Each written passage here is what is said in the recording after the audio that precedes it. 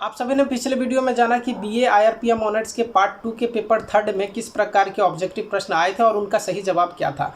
आज के इस वीडियो में हम लोग बात करने वाले हैं आईआरपीएम ऑनर्स के पेपर फोर्थ जो कि ह्यूमन रिसोर्स मैनेजमेंट कहलाता है, उसका गेस्ट पेपर आप सभी के पास उपलब्ध है। और उस गेस्ट पेपर में कौन से प्रश्न आप सभी को पढ़ना है, किस प्रश्नों को आप सभी को छोड़ देना है, किन प्रश्नों को, इस चीज़ की चर्चा आज के इस वीडियो में हम लोग करने जा रहे हैं। और मैं उम्मीद करता हूं कि मैं जो सजेस्ट करूंगा आप सभी को क्वेश्चन, आप सभी को तैयार करेंगे, बढ़िया से तैयार करेंगे और अच्छे मार्क्स भी लाएंगे सब्जेक्टिव में। तो चलिए इस वीडियो को शुरू करते हैं, जिसमें हम लोग जानेंगे गेस्ट पेपर में कौन से प्रश्नों को पढ़ना है, किस प्रश्नों को, किन प्रश्नों को ज़्यादा से ज़्यादा ध्यान में रखना है और किन प्रश्नों को छोड़ देना है। तो चलिए वीडियो को शुरू करते हैं। मैं हूं अनंत विजय और आप देख रहे हैं HDCTC चैनल।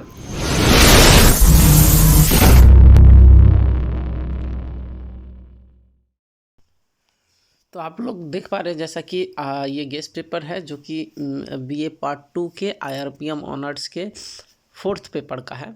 और मैं आप सभी को इसमें क्या पढ़ना है क्या नहीं पढ़ना है इस सभी चीज़ के बारे में बताऊंगा। तो जैसा कि आप देख पा रहे हैं ये आईआरपीएम ऑनर्स के लिए जो है ये गेस्ट पेपर है जो कि बीए पार्ट 2 का है और पेपर 4 का ये गेस्ट पेपर है, जिसके अंतर्गत मैं बताऊंगा कि इसमें कुल मिला के कितने प्रश्न हैं और किन प्रश्नों को आप सभी को पढ़ना है और किन प्रश्नों को आप सभी को छोड़ देना है। ठीक है, तो सबसे पहले हम लोग बात करेंगे इसके कंटेंट्स की, यानी कि आपके गेस्ट पेपर में कुल मिला के कितने प्रश्न दिए गए हैं। तो सबसे पहले आप सभी को जान लीजिए, विषय सूची के अंतर्गत जो है आप सभी को विषय सूची के अंतर्गत कुल मिला के जो है 42 प्रश्न दिए गए हैं। और इन 42 प्रश्नों में मैं आप सभी को सजेस्ट करूंगा कि किन प्रश्न को छोड़ देना है आप सभी को और किन प्रश्नों को अनिवार्य रूप से पढ़ना है और किन प्रश्नों को ज़्यादा पढ़ना है। ठीक है, तो जैसा कि आप 42 प्रश्न इस गेस्ट पेपर में है, तो 42 प्रश्नों को याद रखना क्योंकि समय के अभाव को देखते हुए संभव नहीं है। ठीक है, तो पहले और दूसरे क्वेश्चन को मिला के मैं एक क्वेश्चन बनाना चाहूँगा। वो क्वेश्चन है सेवी वर्ग या कार्मिक प्रबंध की परिभाषा दीजिए। ठीक है, और इसके प्रकृति एवं क्षेत्र की विवेचना करें। ये बहुत ही इम्पोर्टेंट क्वेश्चन रहेगा आप सभी के एग्जामिनेशन के दृष्टिकोण से। हालांकि यह प्रश्न जो है 2021 के एग्जामिनेशन में 2 बार पूछा जा चुका है, इससे पहले 2021 में और इससे पहले 2017 में 2 बार पूछा जा चुका है। ठीक है, लेकिन ये प्रश्न आप सभी के लिए VVI रहेगा। ठीक है, क्वेश्चन रहेगा सेवी वर्ग प्रबंध की परिभाषा दीजिए, इसके प्रकृति एवं क्षेत्र की विवेचना करें। चौथे नंबर प्रश्न की अगर तीसरे नंबर प्रश्न की बात करूं तो कार्मिक प्रबंध की परिभाषा दीजिए, भारतवर्ष में कार्मिक प्रबंध के विकास की विवेचना करें। ये उतना इम्पोर्टेंट नहीं है। चौथा नंबर भी प्रश्न जो है सेवी वर्ग प्रबंध के कार्यों का वर्णन करें, ये ज़्यादा इम्पोर्टेंट नहीं लगता है, तो आप इसे भी छोड़ सकते हैं। पाँचवा जो प्रश्न है वो एक सफल सेवी वर्गीय प्रबंध में आवश्यक गुण एवं योग्यताएँ होनी चाहिए, यानी कि आपको इसमें बताना है कि क्या योग्यता एवं गुण होना चाहिए एक सफल सेवी वर्ग प्रबंध के रूप में। और देखिए इसी में प्रश्न पूछा गया है सेवी वर्ग प्रबंध के उत्तरदायित्व क्या है। ठीक है, तो ये प्रश्न भी उतना इम्पोर्टेंट नहीं है, ये प्रश्न भी ज़्यादा आप चाहें तो एक आध बार पढ़ लें, लेकिन ये इम्पोर्टेंट नहीं है। छठा प्रश्न सेवी वर्ग विभाग की संगठन संरचना को प्रभावित करने वाले घटकों का वर्णन करें। सातवां जो प्रश्न है वो कार्य विश्लेषण से संबंधित है और कार्य विश्लेषण से संबंधित प्रश्न पूछे जाते हैं आप सभी के एग्जामिनेशंस में। और सातवां जो प्रश्न है कार्य विश्लेषण से क्या आशय है और इसके क्षेत्र एवं उपयोगिता को समझावें। और देखिए किसी में प्रश्न दिया हुआ है कार्य विश्लेषण प्रक्रिया का वर्णन कीजिए तथा कार्मिक प्रबंध में इसके महत्व का मूल्यांकन कीजिए। ठीक है, तो कार्य विश्लेषण से प्रश्न पूछते हैं। 8 नंबर जो प्रश्न है वो कार्य विश्लेषण की प्रक्रिया एवं विधियों का वर्णन कीजिए। 9वां जो प्रश्न दिया गया है वो है कार्य विवरण से आप क्या समझते हैं, कार्य विवरण की विशेषताओं एवं विषय सामग्री की को बतलाइए। इससे पहले मैं आप सभी को बता दूं कि 8वां जो प्रश्न है वो इम्पोर्टेंट क्वेश्चन है बहुत ही, क्योंकि इसकी विधियों का एवं प्रक्रियाओं से ऑब्जेक्टिव प्रश्न भी रहते हैं। 9 नंबर प्रश्न उतना इम्पोर्टेंट नहीं लगता है। कार्य विवरण जो है ये अभी तक एक भी बार ये प्रश्न नहीं पूछा गया आप सभी के एग्जामिनेशंस में। 10 नंबर जो प्रश्न है कार्य विशिष्टीकरण से आप क्या समझते हैं, इसके विशेषताओं की विवेचना कीजिए। तो जॉब स्पेसिफिकेशन से भी अभी तक कोई भी प्रश्न नहीं पूछा गया है। ठीक है, हालांकि इसमें आपको विशेषता एवं इसका महत्व जो है पूछा गया है। ठीक है,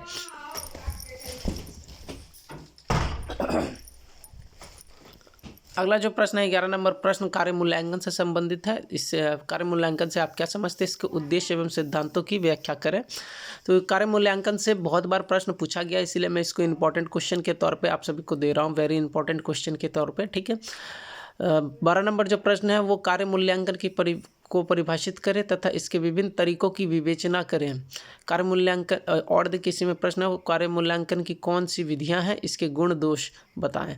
तो ये बहुत ही इंपॉर्टेंट क्वेश्चन है, ये वेरी वेरी इंपॉर्टेंट क्वेश्चन के रूप में मैं आप सभी को सजेस्ट करना चाहूँगा और इससे ऑब्जेक्टिव भी बनते हैं। 12 नंबर प्रश्न जो है कार्य मूल्यांकन की सीमाओं का वर्णन, ये ज़्यादा इंपॉर्टेंट नहीं लगता है, तो आप इस प्रश्न को छोड़ भी सकते हैं, ठीक है। 14 नंबर प्रश्न है भर्ती से आप क्या समझते हैं, इसके विभिन्न स्रोतों की विवेचना करें। और देखिए इसी में प्रश्न है भर्ती के बाह्य एवं आंतरिक स्रोत के लाभ एवं दोष का वर्णन करें। ये बहुत ही इंपॉर्टेंट प्रश्न रहा है और बहुत बार पूछा भी जा चुका है, ठीक है। भर्ती से आप क्या समझते हैं, इसके विभिन्न स्रोतों की विवेचना करें। ये बहुत बार पूछा भी जा चुका है, इसीलिए मैं इसको इंपॉर्टेंट क्वेश्चन के रूप में आप सभी को बोलूँगा कि आप इस प्रश्न को आप लोग 2 बार 4 बार जितना बार हो सके आप पढ़ लीजिएगा। अगला जो प्रश्न है भारत में उद्योग में श्रमिकों की भर्ती के विभिन्न प्रणालियों का संक्षेप में प्रकाश डालें, उनके दोषों को कैसे दूर किया जा सकता है। तो ये प्रश्न आप छोड़ सकते हैं। 16 नंबर जो प्रश्न है वो चयन की अवधारणा क्या है, इसकी प्रक्रिया का उल्लेख कीजिए। और चयन से बहुत बार प्रश्न भी पूछा गया, कम से कम उसका परिभाषा तो और अवधारणा तो आप सभी को याद ही रखना होगा। 17 नंबर जो प्रश्न है वो रोजगार कार्यालय से आप क्या समझते हैं, इसके महत्व एवं उद्देश्य तथा कार्यों की विवेचना करें। ये प्रश्न दिया गया। ये प्रश्न हालांकि अभी तक एक भी बार नहीं पूछा गया आप सभी के एग्जामिनेशंस में, तो आप इसको छोड़ भी सकते हैं। 18 नंबर प्रश्न की अगर बात करें, देखिए चयन की अवधारणा आप सभी को याद रख लेना है, ठीक है। 18 नंबर जो प्रश्न है वो है प्रशिक्षण को परिभाषित कीजिए तथा इसकी आवश्यकता या महत्व की विवेचना करें। तो इससे प्रश्न पूछे जाते हैं, तो मैं इसको जो है वेरी इंपॉर्टेंट क्वेश्चन के तौर पे आप सभी को देना चाहूँगा। और प्रशिक्षण से इस बार भी एक प्रश्न रहेगा और आवश्यक रूप से रहेगा। कौन सा प्रश्न रहेगा ये इसकी जानकारी आप सभी को सजेशन में मिल जाएगी। फिलहाल पढ़ना क्या है छोड़ना क्या है गेस्ट पेपर में वो समझ लीजिए। 19 नंबर जो प्रश्न है प्रशिक्षण के महत्वपूर्ण विधियों का व्याख्या कीजिए, सेवावर्ग प्रशिक्षण की विभिन्न पद्धतियों का वर्णन करें। बहुत ही इंपॉर्टेंट क्वेश्चन है 19 नंबर क्वेश्चन जो है बहुत ही इंपॉर्टेंट क्वेश्चन है, इससे ऑब्जेक्टिव भी बनते हैं। 20 नंबर प्रश्न प्रशिक्षण की विशेषता एवं उद्देश्य का वर्णन करें। तो प्रशिक्षण का उद्देश्य ये आप सभी को पूछा जा सकता है, तो इसको भी आप लोग देख लीजिएगा, 2-4 बार पढ़ लीजिएगा। 21 नंबर प्रश्न प्रशिक्षण का अर्थ क्या है, इसकी आवश्यकताओं की चर्चा करें, जो कि इतना इंपॉर्टेंट नहीं है। 22 नंबर प्रश्न है पदोन्नति से आप क्या समझते हैं, पदोन्नति के उद्देश्य तथा सिद्धांत को बतलाइए। 22 नंबर प्रश्न वरिष्ठता के आधार पर पदोन्नति के गुण दोषों का वर्णन करें। और वरिष्ठता के आधार पर जितने भी गुण दोष होते हैं, हालांकि कुछ लाभ भी होते हैं कुछ हानि भी होते हैं, ठीक है। 24 नंबर जो प्रश्न है औद्योगिक नियोजन स्थायी आदेश अधिनियम 1946 के मुख्य प्रावधानों को लिखिए या औद्योगिक रोजगार स्थायी आदेश अधिनियम 1946 के प्रमुख विशेषताओं का परीक्षण कीजिए। ये प्रश्न अभी तक आपके एग्जामिनेशन में एक भी बार नहीं पूछा गया है पार्ट 2 के, तो आप इसको छोड़ सकते हैं, कोई दिक्कत नहीं है इस प्रश्न से, ठीक है। अब 25 नंबर प्रश्न की अगर बात करें तो 25 नंबर प्रश्न है अनुशासन से क्या आशय है, इसके उद्देश्य एवं महत्व का वर्णन कीजिए। और देखिए इसी में प्रश्न है अनुशासन से आप क्या आशय है, इसकी विशेषता एवं लक्ष्य तथा सिद्धांतों को समझाइए। हालांकि अनुशासन से एक भी बार प्रश्न नहीं पूछा गया, तो इस प्रश्न को भी आप सभी को ही छोड़ सकते हैं।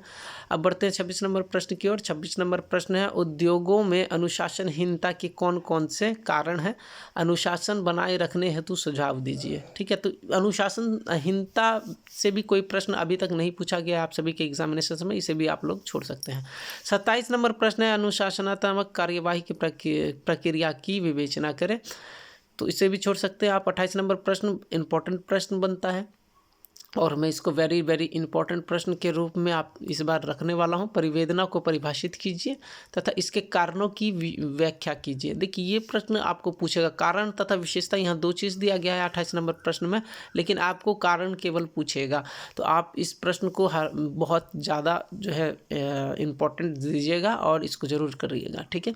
28 नंबर प्रश्न को। 29 नंबर प्रश्न परिवेदना निवारण हेतु प्रबंधक द्वारा उठाए गए कदमों को वर्णन कीजिए। विभिन्न परिवेदना निवारण के विभिन्न तकनीकों का वर्णन वर्णन कीजिए। इस प्रश्न को भी आप सभी को पढ़ लेना है। 29 नंबर प्रश्न को। 30 नंबर प्रश्न, परिवेदना प्रक्रिया को भारत में सफल बनाने के लिए सुझाव दें। यह प्रश्न कभी भी आपके एग्जामिनेशन में नहीं पूछा गया, इसे भी छोड़ सकते हैं आप। 31 नंबर जो प्रश्न है, परिवाद निवारण व्यवस्था का अर्थ एवं महत्व बताएं। परिवाद निवारण प्रक्रिया क्या है। 31 नंबर जो प्रश्न है, इस प्रश्न को भी आप सभी को छोड़ सकते हैं। और अगला जो प्रश्न आने वाला है वो 32 नंबर प्रश्न, जिसमें आदर्श परिवेदना प्रक्रिया के बारे में विवेचना करें। ये इंपॉर्टेंट क्वेश्चन हो सकता है आप सभी के एग्जामिनेशन में टिप्पणी के रूप में, ठीक है। तो दोनों ही प्रश्न, हालांकि 31 और 32 दोनों ही प्रश्न इंपॉर्टेंट है। आदर्श परिवेदना पद्धति का वर्णन करें, ठीक है। 32 नंबर और 33 नंबर, 32 नंबर और 33 नंबर प्रश्न आप सभी के लिए इंपॉर्टेंट है, दोनों देख लीजिएगा। 34 नंबर जो प्रश्न है, संप्रेषण की अर्थ एवं परिभाषा दीजिए तथा इसके तत्वों का वर्णन करें।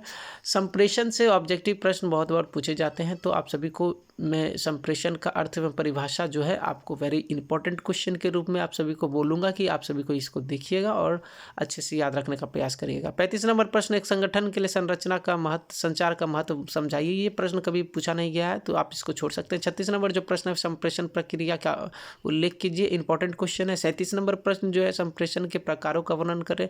ये भी इंपॉर्टेंट क्वेश्चन है, ठीक है। 38 नंबर जो प्रश्न है, संचार या संप्रेषण की बाधाओं का वर्णन करें। यह भी बहुत ही बार पूछा गया है, तो आप इस प्रश्न को भी देख लेंगे। कुल मिला के 32, 33, 36, 37, 38, ठीक है।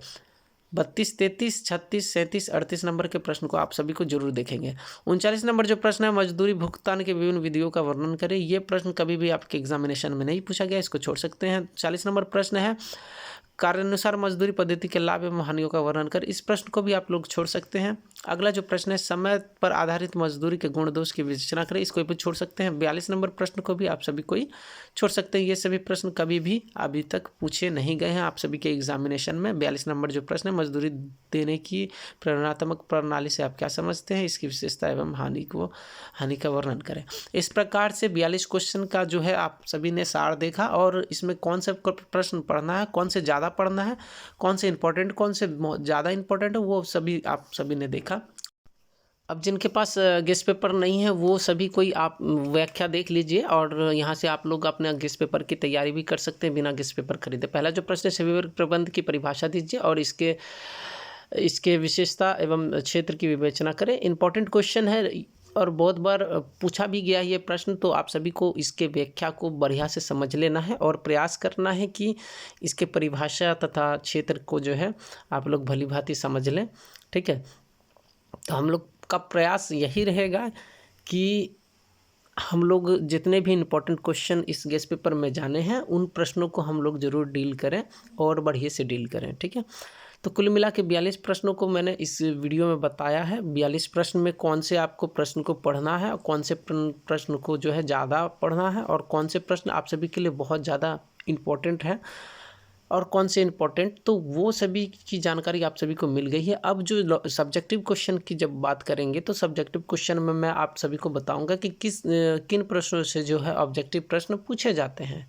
मैक्सिमम ऑब्जेक्टिव प्रश्न किन चैप्टर्स से पूछे जाते हैं, तो मैं जैसा कि आप सभी को बता दूं, प्रशिक्षण चयन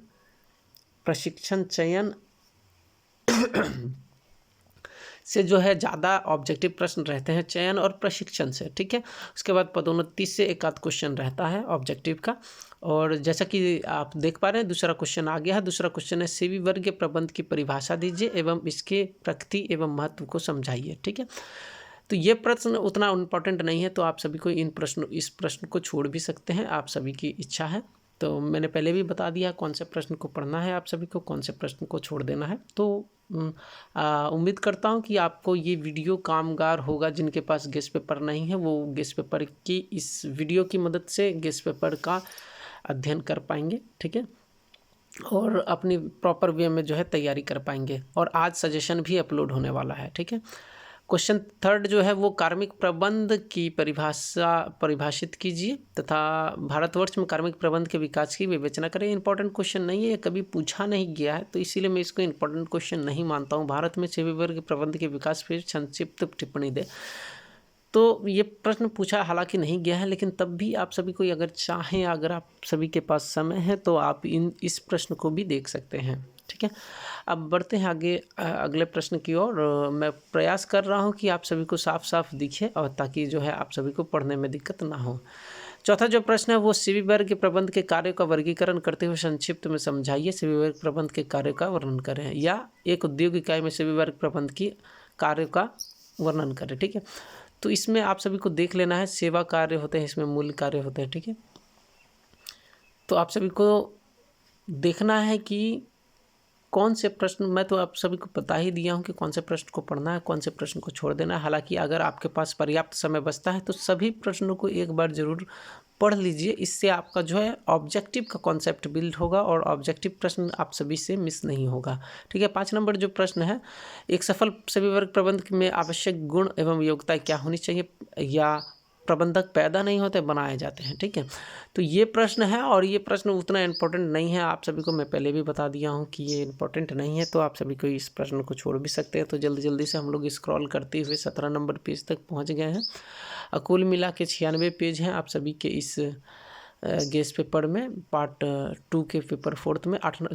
छठा जो प्रश्न है, सभी वर्ग प्रबंध की संगठन संरचना को प्रभावित करने वाले घटकों का वर्णन करें। ठीक है, तो घटकों का वर्णन करना है, तो ये प्रश्न भी ज़्यादा इंपॉर्टेंट नहीं था, मैंने आप सभी को जैसा कि पहले भी बता दिया है। ठीक है, 7वां जो प्रश्न है कार्य विश्लेषण से है, और कार्य विश्लेषण से बहुत बार प्रश्न पूछे गए हैं, तो आप सभी को देख लीजिएगा इसमें से कार्य विश्लेषण से क्या है, इसके क्षेत्र एवं उपयोगिता को समझाइए।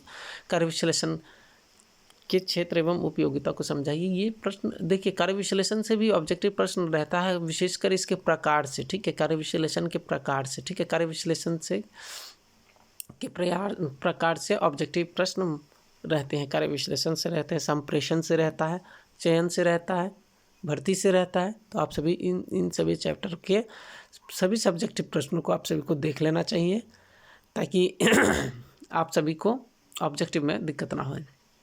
ठीक है, हम लोग 22 नंबर पेज तक पहुंच चुके हैं। और कार्य विश्लेषण की प्रक्रिया का एवं विधियों का वर्णन करें, ये 8 नंबर प्रश्न है। मैंने आप सभी को बताया था इसमें से ऑब्जेक्टिव बहुत बार पूछा जाता है।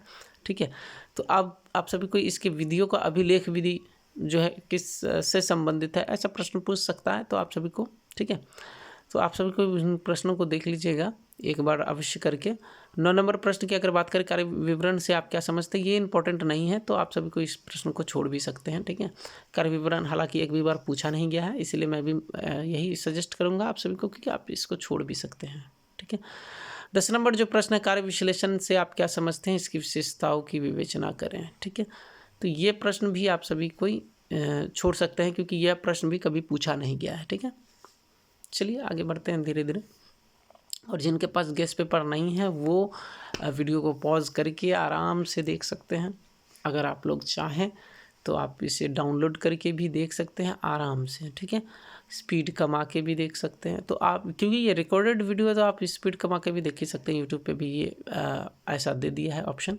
ठीक है, तो चलिए 33 नंबर पेज तक हम लोग पहुंच चुके हैं। और 33 नंबर तक जो है घटक तुलना विधि बहुत ही इंपॉर्टेंट जो है रहा है, इससे ऑब्जेक्टिव पूछा गया बहुत बार, तो आप इस विधि को याद रखिएगा, घटक तुलना विधि। ठीक है, तो चलिए आगे बढ़ते हैं। 34 नंबर पेज तक हम लोग पहुंच चुके हैं। 13 नंबर जो प्रश्न है वो आया है, कार्य मूल्यांकन की सीमाओं का वर्णन करें। याद है कि प्रश्न, कार्य मूल्यांकन की बाधा डालने वाले तत्वों का वर्णन करें। ठीक है, ये प्रश्न ज़्यादा इंपॉर्टेंट नहीं लगता है मुझे, इसलिए मैं आप सभी को बोलूँगा कि इन प्रश्नों को जो है लास्ट में करिएगा।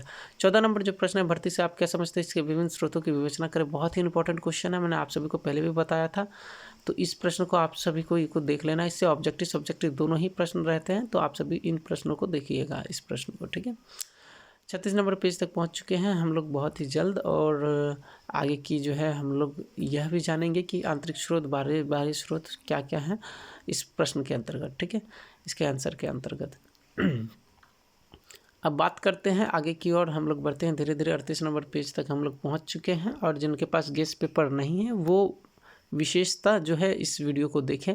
15 नंबर प्रश्न जो है, भारत में औद्योगिक श्रमिकों की भर्ती की विभिन्न प्रणालियों का संक्षेप में प्रकाश डालें। उनके गुण दोषों को कैसे दूर किया जा सकता है, ये प्रश्न पूछा गया। ये प्रश्न इंपॉर्टेंट नहीं है, इसीलिए मैं आप सभी को इसको स्क्रॉल करते हुए आगे बढ़ रहा हूँ जल्दी जल्दी से, क्योंकि पेज जो है 96 है कुल मिला के आप सभी के गेस्ट पेपर में। और जिस हिसाब से हम लोग जा रहे हैं, जिस स्पीड से मैं आप सभी को दिखा रहा हूँ, मैं उम्मीद करता हूँ कि आप सभी को ये आराम से इस को पढ़ भी पा रहे होंगे।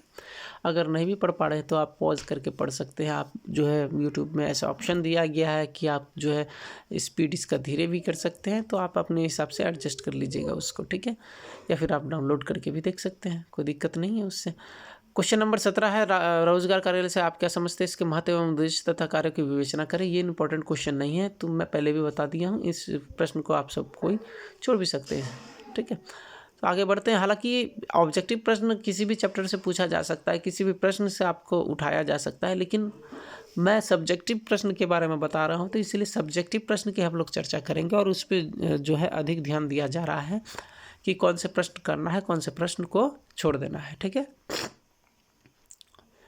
18 नंबर जो प्रश्न है, प्रशिक्षण की को परिभाषित कीजिए, इसकी आवश्यकता या महत्व की विवेचना करें।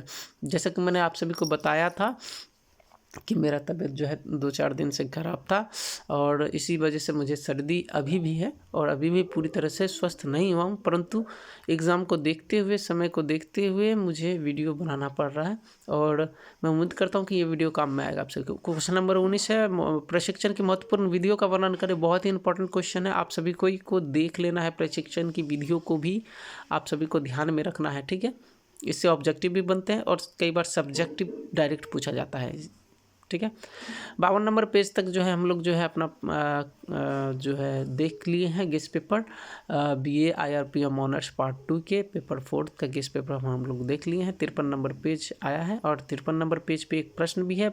20 नंबर प्रश्न, प्रशिक्षण की विशेषता एवं उद्देश्य का वर्णन करें। ये बहुत ही इंपॉर्टेंट क्वेश्चन अब मेरी तरफ से अब की बार आप सभी के लिए रहा है, तो इस प्रश्न को आप सभी को आप लोग आवश्यक रूप से देख लीजिएगा, ठीक है। इससे सब्जेक्टिव प्रश्न रह सकता है, इसीलिए आप लोग कोशिश करिएगा कि इस प्रश्न को हम लोग देख लें, ठीक है। चलिए आगे बढ़ते हैं। 55 नंबर पेज पे पहुंच चुके हैं। 55 नंबर पेज पे एक प्रश्न है, प्रशिक्षण का क्या अर्थ है, इसकी आवश्यकताओं की चर्चा करें। तो प्रशिक्षण क्या होता है ये आप सभी को जान लेना है और कम से कम इतना तो जान ही लेना। प्रशिक्षण की अवधारणा आप सभी से पूछा जा सकता है टिप्पणी के रूप में, इसीलिए प्रशिक्षण की अवधारणा को आप लोग समझ लीजिएगा, ठीक है, आपके लिए बेहतर रहेगा। 57 नंबर पेज तक हम लोग पहुंच चुके हैं। 57 नंबर पेज पे एक प्रश्न भी है, प्रोन्नति से आप क्या समझते हैं, पदोन्नति के उद्देश्य एवं सिद्धांत बताएं। पदोन्नति से पिछली बार भी प्रश्न पूछा गया था, ठीक है, तो आप सभी को जो है इसको ध्यान में रखना है कि पदोन्नति से प्रश्न पूछा जा सकता है। तो चलिए बढ़ते हैं आगे की ओर। और जैसे कि आप सभी को मैंने बताया था कि पदोन्नति, प्रशिक्षण, आपका कार्य मूल्यांकन, संप्रेषण, ये सबसे ज़्यादा ऑब्जेक्टिव रहते हैं, ठीक है। 23 नंबर जो प्रश्न है, वरिष्ठता के आधार पर पदोन्नति के गुण दोष का वर्णन करें। ये इंपॉर्टेंट क्वेश्चन जो है ऑब्जेक्टिव के दृष्टिकोण से रहता है। आप सभी से पूछा जाता है वरिष्ठता के आधार पर पदोन्नति न्यायोचित है या नहीं, सत्य या असत्य, न्यायोचित है, सत्य या असत्य, आप सभी को बताना होता है। तो आप सभी को इसके जो है ऑब्जेक्टिव जो बनते हैं वो देख लीजिएगा। 24 नंबर प्रश्न आ चुका है, औद्योगिक नियोजन स्थायी आदेश अधिनियम 1946 के मुख्य प्रावधानों की व्याख्या कीजिए। या औद्योगिक रोजगार स्थायी आदेश अधिनियम 1946 के प्रमुख विशेषताओं को वर्णन करें। ये प्रश्न जो है इतना इम्पोर्टेंट नहीं है, तो इसलिए इस प्रश्न को आप सभी को छोड़ भी सकते हैं, कोई दिक्कत नहीं है। इस प्रश्न से एक भी बार जो है सब्जेक्टिव नहीं बनाया गया है आप सभी के एग्जामिनेशन में, जैसे कि मैं पहले भी बता दिया हूँ आप सभी को, ठीक है। पहुँच चुके हैं हम लोग 62 नंबर पेज पे और 62 नंबर पेज जो है साफ़ हो रहा है, तो आप सभी को जिसके पास गेस्ट पेपर नहीं है वो आराम से स्पीड स्लो करके देख सकते हैं वीडियो को ऑनलाइन माध्यम से। यूट्यूब में वो फीचर दिया गया है शायद, ठीक है। 63 नंबर पेज पे हम लोग पहुंच चुके हैं और 63 नंबर पेज तक जो है वही प्रश्न जो पिछला जो प्रश्न था जो कि इम्पोर्टेंट नहीं, वही चल रहा है अभी भी। और 64 नंबर पेज पे अब हम लोग आ गए हैं, ठीक है। 64 नंबर पेज पे एक प्रश्न है। 25 नंबर प्रश्न है, अनुशासन से क्या आशय है, इसके उद्देश्य एवं महत्व का वर्णन कीजिए। अनुशासन से क्या आशय है, इसकी विशेषता, लक्ष्य एवं सिद्धांतों को समझाइए। यह प्रश्न दिया गया है और यह प्रश्न कभी भी आप सभी के एग्जामिनेशन में नहीं पूछा गया, जैसा कि मैंने आप सभी को पहले भी बता दिया है। तो आप सभी को इसको छोड़ भी सकते हैं, कोई दिक्कत नहीं है अगर, लेकिन आपके पास पर्याप्त समय है तो ऑब्जेक्टिव किसी भी चैप्टर से किसी भी प्रश्न से उठा सकता है, तो आप इसको ज़रूर देख लीजिएगा अगर समय बचता है आप सभी के पास तो, ठीक है। चलते हैं आगे की ओर और आगे की ओर बढ़ते हुए 66 नंबर पेज पे हम लोग पहुंच चुके हैं और जैसा कि हम लोग देख भी पा रहे हैं 67 नंबर पेज आ गया है। और चौथा जो पेपर है आप सभी का वो है ह्यूमन रिसोर्स मैनेजमेंट का, और इसीलिए जो है हम लोग जो है ह्यूमन रिसोर्स के बारे में ज़्यादा से ज़्यादा गहन अध्ययन करते हैं ह्यूमन रिसोर्स के अंतर्गत जो है बहुत सारी औद्योगिक का विधियाँ आती है, जिसके अंतर्गत भर्ती, चयन, भर्ती, प्रशिक्षण, संप्रेषण, ठीक है, कार्य मूल्यांकन, कार्य विशिष्टीकरण, ये प्रकार के जो है विभिन्न प्रकार के चैप्टर आप सभी को दिए गए हैं। 26 नंबर प्रश्न जो है उद्योगों में अनुशासनहीनता के कौन कौन से कारण है, अनुशासन बनाए रखने हेतु सुझाव दीजिए। ये प्रश्न एक भी बार आप सभी के एग्जामिनेशन में नहीं पूछा गया, इसीलिए ये प्रश्न मैं आप सभी के लिए छोड़ रहा हूँ, लेकिन आपके पास समय है तो आप सभी को बाद में देख लीजिएगा। लेकिन पहले जो इम्पोर्टेंट क्वेश्चन मैं बताया हूँ आपको और जो बताऊँगा सजेशन में, वो आप सभी को देख लेना है। सजेशन हालाँकि आज अपलोड हो जाएगा, तब भी शाम तक हो सकता है सजेशन अपलोड हो जाए, लेकिन गेस्ट पेपर में कुछ सब इम्पोर्टेंट क्वेश्चन मैं बता रहा हूँ आप सभी को, इसको देख लेना है पहले, ठीक है। 27 नंबर प्रश्न, अनुशासनात्मक कार्यवाही की प्रक्रिया का वर्णन करें। अगर यह क्वेश्चन भी कभी नहीं पूछा गया है तो यह प्रश्न भी जो है आप सभी के लिए इम्पोर्टेंट नहीं रहता है, ठीक है, तभी आप सभी को एक बार देख लेना चाहिए। 28 नंबर प्रश्न, परिवेदना को परिभाषित करें और इसके कारण तथा विशेषताओं की विवेचना करें। परिवेदना से बहुत बार प्रश्न पूछा गया है, ऑब्जेक्टिव प्रश्न विशेष करके पूछे जाते हैं इससे, तो आप सभी को इसको ध्यान में रखना है और इसके ऑब्जेक्टिव के महत्व को समझना है। ऑब्जेक्टिव प्रश्न इससे पूछे जा सकते हैं, ठीक है। अगला जो है परिवेदना, जो है परिवेदना के अंतर्गत जो है 29 नंबर प्रश्न है, परिवेदना निवारण हेतु प्रबंधकों द्वारा उठाए गए कदमों का वर्णन करें। परिवेदना निवारण तकनीकों का वर्णन करें। अब मैं पहले भी बताया हूँ आप सभी को, परिवेदना के कारण इस बार आ भी सकते हैं, ठीक है, परिवेदना के कारण आ सकते हैं, तो आप सभी को ध्यान से देख लीजिएगा परिवेदना के कारण, ठीक है। 77 नंबर पेज पे है क्वेश्चन, परिवेदना प्रक्रिया को भारत में सफल बनाने के लिए सुझाव दें। आपसे सुझाव मांगा गया है कि परिवेदना प्रक्रिया को हम किस प्रकार से सुधार सकते हैं, इस पे आपको जो है सुझाव देने के लिए कहा गया है। तो ये प्रश्न ज़्यादा इंपॉर्टेंट नहीं रहता। इस प्रकार से जो है हम लोग 78 पेज पे पहुंच गए, 78 नंबर पेज पे, और कुल मिला के 96 पेज है। 31 नंबर प्रश्न है, परिवाद निवारण इस व्यवस्था का अर्थ एवं महत्व बताएं। परिवाद निवारण प्रक्रिया क्या है? ये प्रश्न आपको पूछा गया है और ये प्रश्न भी इम्पोर्टेंट नहीं है, तो इसलिए आप इस प्रश्न को भी छूट सकते हैं। हालांकि ऑब्जेक्टिव प्रश्न किस क्वेश्चन से उठा के दे दे आपको, ये आपको पता नहीं रहता है, तो आप लोग प्रयास करिए कि सब क्वेश्चन को पढ़ा जाए, ठीक है। इससे आपका कॉन्सेप्ट भी बिल्ड होगा और ऑब्जेक्टिव में भी मदद मिलेगी। 32 नंबर प्रश्न इंपॉर्टेंट प्रश्न है, आदर्श परिवेदना प्रक्रिया के बारे में विवेचना करें। तो इंपॉर्टेंट प्रश्न है आप सभी को, इसको आप लोग को आवश्यक रूप में देख लेना है, ठीक है।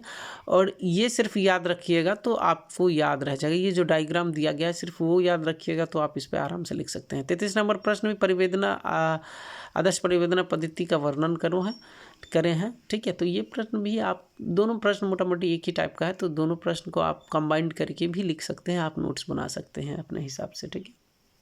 अब आगे बढ़ते हैं। आगे अगर बात करें तो आगे की जो है 34 नंबर प्रश्न जो है संप्रेषण से संबंधित, संप्रेषण से ऑब्जेक्टिव सब्जेक्टिव दोनों बन जाते हैं। संप्रेषण का अर्थ एवं परिभाषा बताइए, ठीक है। संप्रेषण का अर्थ एवं परिभाषा बताइए, इससे सब्जेक्टिव और ऑब्जेक्टिव दोनों ही बनता है, तो आप सभी को देख लेना है संप्रेषण के अर्थ एवं परिभाषा को तथा इसके रुकावट को, ठीक है। एक संगठन के लिए संचार का महत्व बताइए। ये देखिए, एक संगठन के लिए संचार का बहुत ही ज़्यादा महत्व रहता है, और किस प्रकार के महत्व रहते हैं ये आप सभी को कॉमन सेंस वाली बात है, तो आप सभी को इस प्रश्न को भी एक आध बार पढ़ लेना है, ठीक है।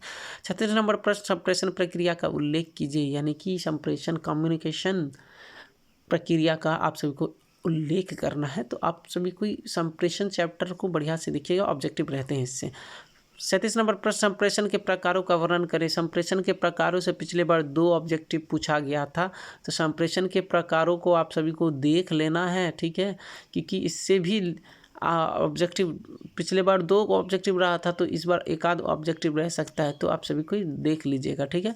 पिछले बार पूछा गया था, लिखित संप्रेषण का उदाहरण बताइए, ठीक है। 38 नंबर जो प्रश्न है, संचार या संप्रेषण की बाधाओं का वर्णन करें। ये भी इम्पोर्टेंट रखता हूँ, इस प्रश्न को भी मैं इम्पोर्टेंट के तौर पे रखता हूँ, इसकी बाधाओं को, ठीक है। तो इसकी मतलब संप्रेषण में कौन कौन सी बाधाएं आती हैं वो सभी को आप सभी को देख लेना।